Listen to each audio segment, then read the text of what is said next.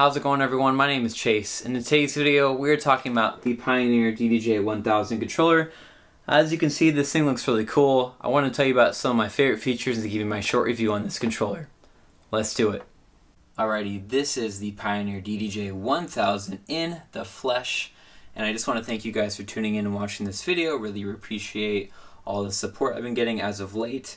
And before we even get into it, I want to just turn on and show you how awesome it is when you start this guy up. Have to give credit where credit is due. Pioneer hit it out of the park with this controller.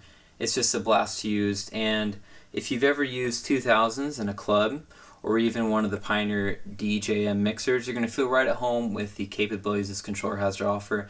They basically took some of the great features those different devices have to offer and put it in one complete package here. That's how I would describe the 1000. It is not a budget-friendly controller. It's a little bit more on the expensive side, but you definitely get what you pay for in this complete package. I want to talk about some of my favorite features here, starting with the jog wheels. These jog wheels are awesome, just like the 2000s. They have a adjustment here to where you can make it really heavy. So if you're like going through the track, this makes this really heavy. To make this light, they spin forever, which is awesome.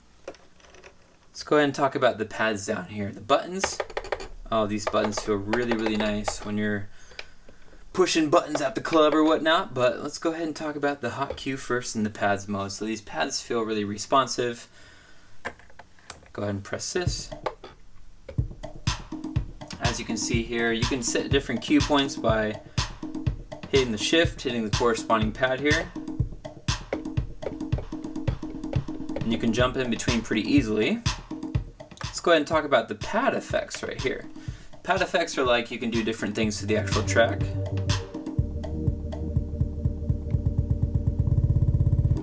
You can even put different effects on here, which are really fun to use. I currently have a reverb. I have an echo. And a flanger. And then here you can actually put a pad that does something like a backspin or something similar to that. I right now have an echo out. So actually press that button. As you can see, the track is now stopped, which is super convenient to where you don't need to worry about pressing the pause and play button. You hit this guy and it actually resumes where the track left off, which is super cool. Here you have the beat jump, and this is where you can jump into different parts of the track by hitting different keys. Kind of back and forth here. And you have the sampler where you can actually load in your own samples and play them live.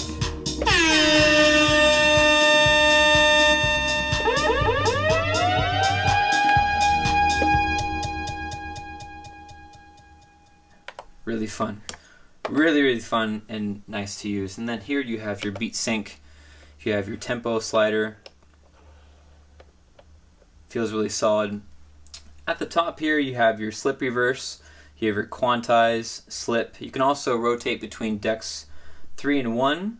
And then also this is where you can load in your tracks and also doubles. But I want to also talk about this right here. This is actually setting a manual 4-bar loop. And on different controllers you will find functionality to be a little bit different. Like on Tractor they have the slider right here, which you can adjust up here. You can go in and out of loops. And I'm going to show you how that looks like now. So if I'm playing a track here, if I hit this button, automatically creates a 4-bar loop, which is cool. You can also tighten the loop.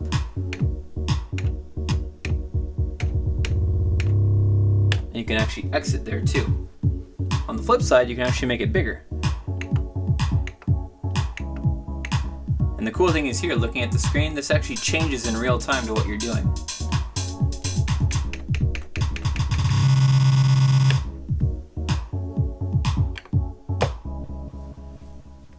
Let's also talk about the screens, because I also have quite a bit of information on here. And you get your time, your different cue points, and also the different grids. I don't know if you can see that, but there's a little A right there. If I actually hit another one, you can now see a B if I do another hot cue. So it actually labels out your hot cues, which is pretty nice. And then it tells you how much the track has been playing. You can customize the screens a little bit. Maybe in the future they might have more functionality, but for right now they're really awesome screens that they included this controller. Think of it like the big screens on a CDJ, but just minimized to show you the most relevant information, which is pretty sweet. Okay, let's go ahead and talk about the mixer here. The mixer is really, really cool. Has a lot of functionality in the mixer. I love these sound color effects. By hitting one of these buttons here and turning this filter knob, you can go low and high.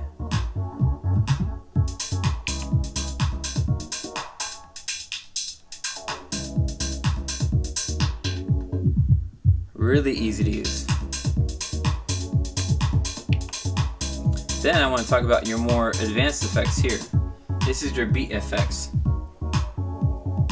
So if I'm on channel 1 right now, we're going to switch it to number 2. This is your level of the effect that you want. You can also change the beat right here. The percentage.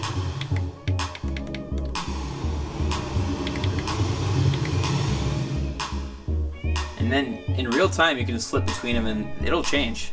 I'll show you.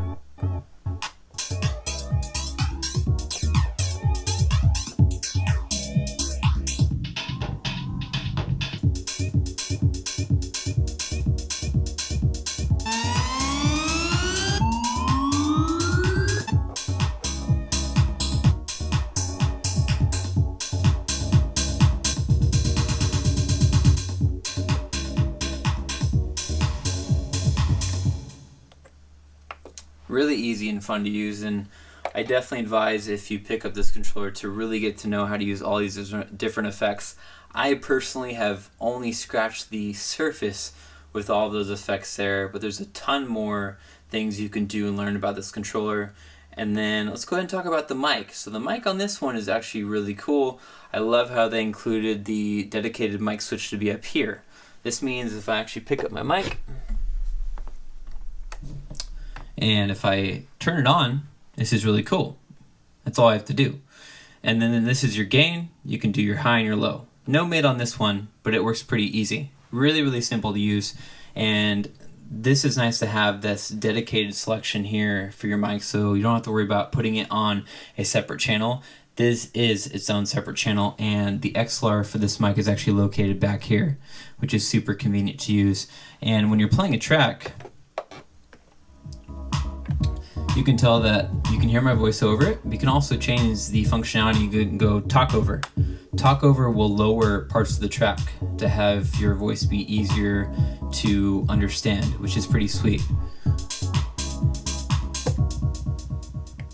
So I do love that they include that on this controller. And the mic, the preamps, or the way it sounds is really good. It is an XLR port, which is nice. Then on the back of the controller, you have your usable suspects here. You have your XLR masters, you have a RCA, you have booth, you can hook up turntables to the rear of the controller. Also on the back, you have the USB A and B, which is nice if you want to cleanly switch between DJs. And then of course you have your power connector here. Now I do want to say that this controller needs to be plugged into power, so keep that in mind that you can't run this off a USB bus. It needs to be also plugged into AC power as well. But yeah, that's pretty much it, guys. This has been just a short look about this controller and the things I really can appreciate about it. This is going to be a little bit on the bigger side.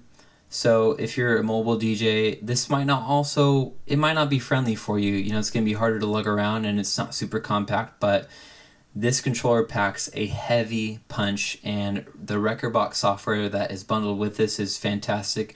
I love Rekordbox DJ.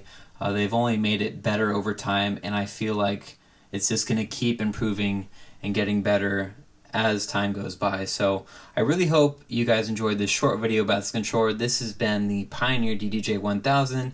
Be sure to like, comment, and subscribe to my channel, as I plan on uploading more videos about Pioneer, Tractor, all that kind of stuff. So I really appreciate all your guys' support, and I will catch you guys out in the future. Hope you guys have a awesome rest of your day, and I'll see you soon. Peace.